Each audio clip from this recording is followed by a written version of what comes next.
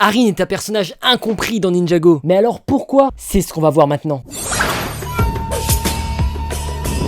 Donc les amis, on a une vidéo du youtubeur Zerkan80, je pense que vous connaissez évidemment, on a déjà react à pas mal de ses vidéos, et notamment, c'est tout simplement un abonné qui regarde souvent les lives, d'ailleurs il est actuellement là dans le chat, chat qui n'est d'ailleurs pas affiché depuis tout à l'heure, donc on va se mettre le chat juste ici, et on va regarder sa vidéo. Donc la vidéo s'appelle le personnage le plus incompris de Ninjago, vous connaissez, on regarde sa vidéo en support, et l'idée c'est de ensemble réagir, de dire si on est d'accord ou pas, et bien sûr d'en parler dans le chat, etc. Donc on va se faire cette vidéo les amis. Je vois qu'au niveau des stats elle a très bien marché, bah très stylé en tout cas, plus de 100 likes pour une vidéo, et Lasco qui a commenté, donc ça c'est gage de qualité, donc c'est cool. Ça fait toujours plaisir quand un youtubeur que tu suis vite fait mais à qui tu parles pas trop, quand il met un commentaire sur ta chaîne, ça fait plaisir parce que les commentaires des abonnés c'est gratifiant le fait que t'as des compliments, mais avoir un compliment de quelqu'un qui fait la même chose que toi c'est encore plus gratifiant. J'ai une théorie sur Arin mais je réserve ça pour décembre. Ouh, et bah écoute, n'hésite pas à sortir ta vidéo en décembre, ça fait toujours plaisir. Donc c'est parti, on se la regarde. Je suis une star maintenant. Arin, de son vrai nom Arin Maeved, est souvent trop... Ça aurait été bien s'il avait pas... Les cinémas pas lirés. Ça aurait été bien qu'il n'ait pas enregistré dans des toilettes. Il a enregistré quand il posait sa crotte. Entre tourments psychologiques, mensonges et manipulations, je vais vous raconter toute l'histoire de Arin dans Ninjago Dragon Rising. Ouais. Fils de Barry et Jenny, grand fan des ninjas, jusqu'au jour où la fusion arriva. Séparé de ses parents, il a dû apprendre à survivre dans les nouvelles terres fusionnées et a appris même le spinjitzu. Il habitera la jonction. POV la vidéo avec la musique.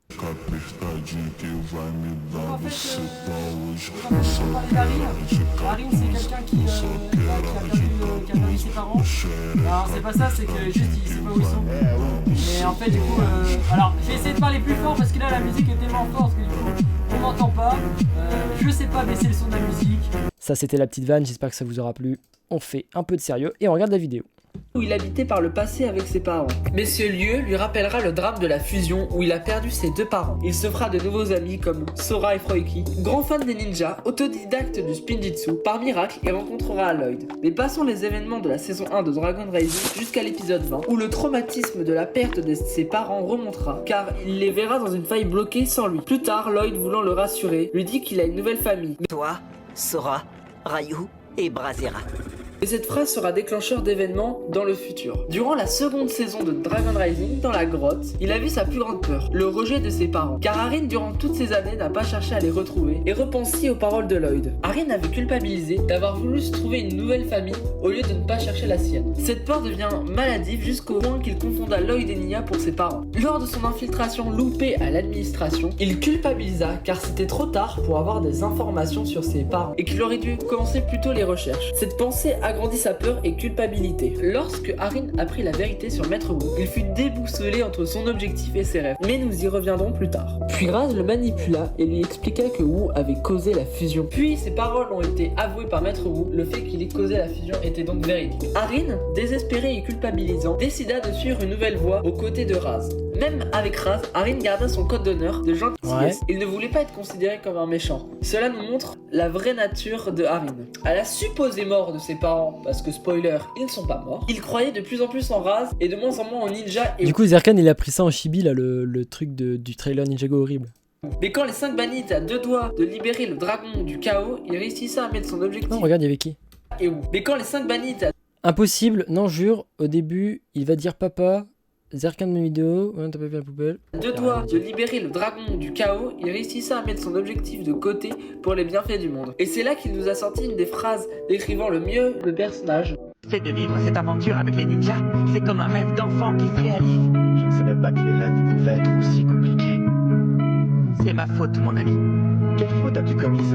C'est encore plus violent avec cette musique. N'était pas mauvais. C'est encore plus Je triste. suis un ninja plus fort que je ne l'ai jamais été par le passé. Si tu crois que Raz peut t'apprendre à devenir un meilleur ninja que Lloyd, peut-être que tu ne comprends pas ce qu'est véritablement un ninja. Cette scène nous montre encore que Arin est en total doute. À la fin du combat contre Thunderfang, Sora décida de joindre Lord Raz et Arin. D'ailleurs, petite parenthèse pour dire que, honnêtement, quand Sora, elle était avec Raz, mais qu'est-ce qu'elle était casse-couille! Elle n'a fait rien d'utile, elle n'avait rien dans son palmarès. Bref. Et je peux donner un conseil du coup, quand tu fais ça, bah n'hésite pas à couper la musique et mettre une musique de mec qui rage, tu vois.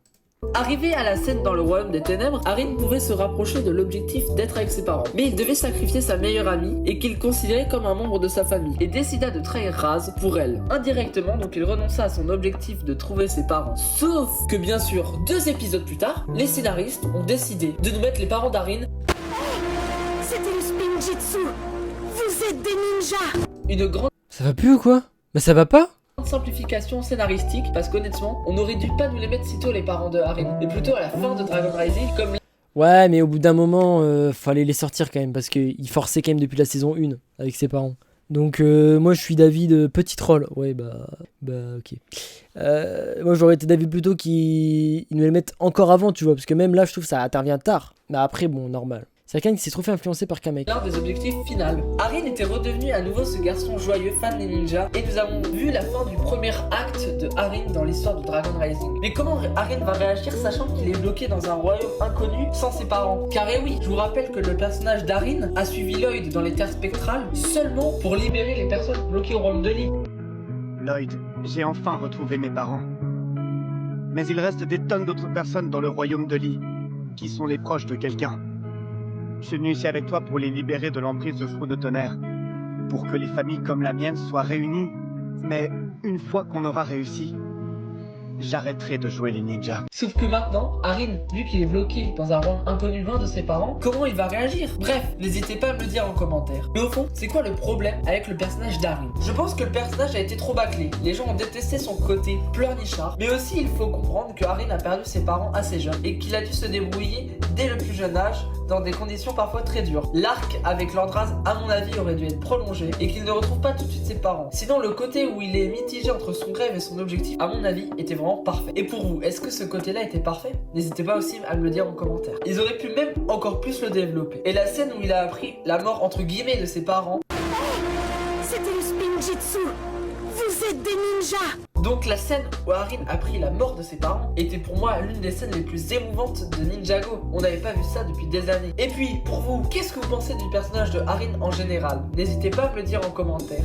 Et n'hésite pas à partager cette vidéo à un hater de Arin pour lui prouver que c'est un des GOAT de Ninjago. Bref, c'était Zerkan80, à la prochaine, à plus. Bah, du coup vous avez bien fait de m'envoyer cette vidéo étant donné que moi je suis un hater de Maître Arin. Wu C'est a pas fait que pas- je pas que je suis un hater, mais c'est que je suis quelqu'un qui le comprend pas forcément quoi. Émouvant mollo. Bah en fait je trouve que ouais en fait Arin, bah de toute façon je pense que vous connaissez mon avis sur Arin. Vous connaissez mon avis sur Arin, c'est-à-dire que c'est en fait c'est un personnage qui, comment dire, il sait pas ce qu'il fait. Arin, tu sais pas ce que tu fais, on va pas se le cacher, il sait pas ce qu'il fait.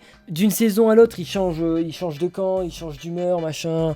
Est-ce qu'il veut devenir ninja? Est-ce qu'il préfère faire la quête de ses parents, machin? Et c'est un personnage, on en a déjà parlé, mais qui a trop été éperpillé et qui, je trouve, on n'arrive pas à cerner. Alors que c'est important de pouvoir cerner un personnage, en fait. C'est important de pouvoir cerner, de le comprendre tout ça. Moi, Arin, c'est quelqu'un que je ne comprends pas. Alors peut-être que vous n'êtes pas d'accord, mais je trouve que on comprend pas ce qu'il veut, en fait, vraiment. Parce que moi, je l'aime bien. Il est comme Harumi, comme Moro et comme Zart, et les 4 sont similaires. Dans l'idée de... Mais oui, mais sauf que... Ah oui, je vois ce que tu veux dire. Dans l'idée de... C'est pas une vengeance, mais c'est une... comment dire? C'est... Ouais, si, ok, je vois ce que tu veux dire par rapport à Moro. Mais par contre, c'est quoi le rapport avec Zart? Harumi, Moro, je suis d'accord, mais c'est quoi le rapport avec Zart? J'aime pas Zart. Exactement, d'ailleurs, le t-shirt est toujours disponible. N'hésitez pas à aller et l'acheter. Je trouve qu'on peut pas dire incompris sans en savoir plus. C'est trop tôt pour dire ça. Ok, c'est trop tôt, mais on arrive quand même...